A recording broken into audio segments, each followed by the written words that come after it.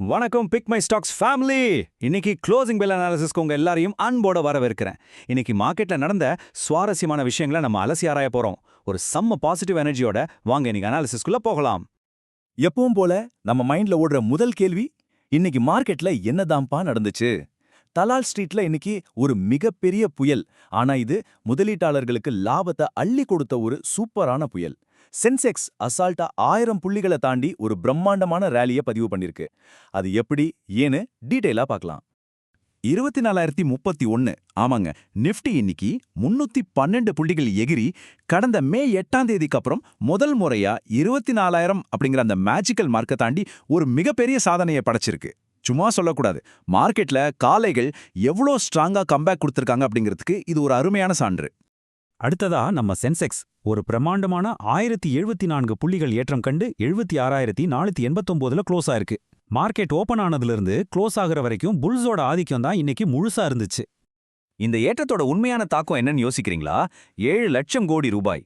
அட ஆமாங்க, ஒரே ஒரு ட்ரேடிங் செஷன்ல முதலீட்டாளர்களோட சொத்து மதிப்பு சுமார் 7 லட்சம் கோடி ரூபாய் அதிகரிச்சிருக்கு. பிஎஸ்சி மார்க்கெட் கேப் 468.79 லட்சம் கோடியா உயர்ந்து நிக்குது. இன்னைக்கு முதலீட்டாளர்களுக்கு நிஜமான ஒரு தீபாவளி தானே சொல்லலாம். சரி, இந்த மார்க்கெட் ஏற்றத்துக்கு பின்னாடி இருக்கிற குளோபல் காரணிகள் என்ன? மேக்ரோ லெவல்ல இருந்து மைக்ரோ லெவலுக்கு என்ன நடந்திருக்குன்னு பார்க்கலாம். இங்க நம்ம கவனிக்க வேண்டிய முக்கியமான விஷயம் என்னன்னா, அமெரிக்காவுக்கும் ஈரானுக்கும் இடையிலான அமைதி பேச்சுவார்த்தைகள் ஒரு நல்ல முடிவை நெருங்கிட்டு இருக்கிறதா ரிப்போர்ட்ஸ் வந்திருக்கு. நாங்க எந்த அரசியல் தரப்புக்கும் ஆதரவா பேசல, ஆனா இந்த செய்திகள் மத்திய கிழக்கு நாடுகள்ல நிலவி வந்த பதறத்தை குறைக்கும்னு மார்க்கெட் ரொம்பவே நம்புது. இதனால குளோபல் ரிஸ்க் கணிசமா குறைஞ்சிருக்கு. இதன் விளைவா என்னாச்சு தெரியுமா? சந்தையோட பதறத்தை அளவிடும் நம்ம இந்தியா விக்ஸ் 6% மேல குறைஞ்சு 16.81க்கு வந்திருக்கு. முதலீட்டாளர்களுக்கு இது நிஜமாவே ஒரு பெரிய ரிலீஃப். இன்னொரு பக்கம் கச்சா எண்ணெய் விலை பேரலுக்கு $100 இருந்து $94.74 அப்படியே சரிஞ்சிருக்கு. சரி, இதுக்கு நேர்மாறா என்ன நடந்துச்சு? நம்ம இந்திய ரூபாயின் மதிப்பு டாலருக்கு நிகரா 95.23ன்னு வலுவடைஞ்சிருக்கு.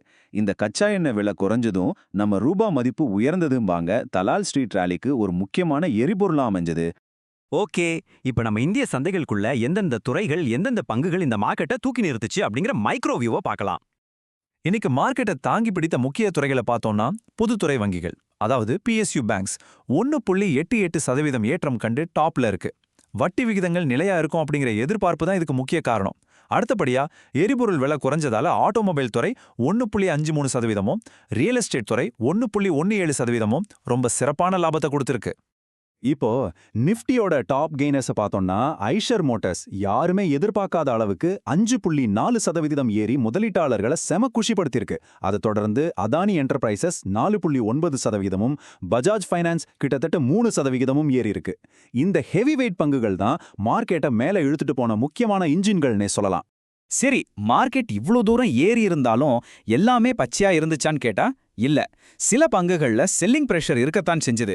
உதாரணத்துக்கு மேக்ஸ் ஹெல்த் கேர் 2.17%, ஹிண்டால்கோ அப்புறம் ஓஎன்ஜிசி இரண்டும் சுமார் 1.7லேருந்து 1.8% வரையும் டவுன் ஆயிருக்கு. லாபத்தை புக் பண்ற முதலீட்டாளர்களால மார்க்கெட்ல நடக்கிற ஒரு சாதாரண விஷயம் தானே இது, இல்லையா? கடைசியா ஒரு முக்கியமான பகுதிக்கு வந்துட்டோம். நாளைக்கு ட்ரேடிங் பண்ண போறவங்களுக்கு தேவையான டெக்னிக்கல் லெவல்ஸ் என்னன்னு பார்க்கலாம். அதுக்கு முன்னாடி இந்த 20 டேஸ் SMA மற்றும் 50 டே EMA அப்படின்னா என்னன்னு சுருக்கமா சொல்லிடுறேன். இது 20 அல்லது 50 நாட்களுக்கான ஒரு ஆசெட்டோட சராசரி விலையை ட்ராக் பண்ற முக்கியமான இண்டிகேட்டர்ஸ். ரொம்ப நாளுக்கு அப்புறம் நிஃப்டி இந்த 2 ஆவரேஜையும் தாண்டி மேல வந்து க்ளோஸ் ஆகியிருக்கு. இது எதை குறிக்குதுன்னா, மார்க்கெட்டோட சென்டிமெண்ட் ரொம்பவே ஸ்ட்ராங்கா மீண்டு வந்திருக்கு அப்படிங்கறத தான். இதை அப்படியே உறுதிப்படுத்துற மாதிரி கோடாக் செக்யூரிட்டிஸை சேர்ந்த ஸ்ரீகாந்த் சவுகான் என்ன சொல்லியிருக்காருன்னா, நீண்ட நாளுக்கு பிறகு நிஃப்டி 20 டே SMAவை தாண்டியதோடு மட்டும் இல்லாம அதுக்கு மேலேயே நிலை பெற்று முடிவடைந்துள்ளது. இது சந்தை மேலும் உயர்வதற்கான வலுவான ஆதரவை தருது அப்படின்னு சொல்லியிருக்காரு. ஸோ மார்க்கெட்ல ஒரு தெளிவான புல்லிஷ் ட்ரெண்ட் உறுதியாயிருக்குன்னு இதன் மூலமா நம்ம புரிஞ்சுக்கலாம்.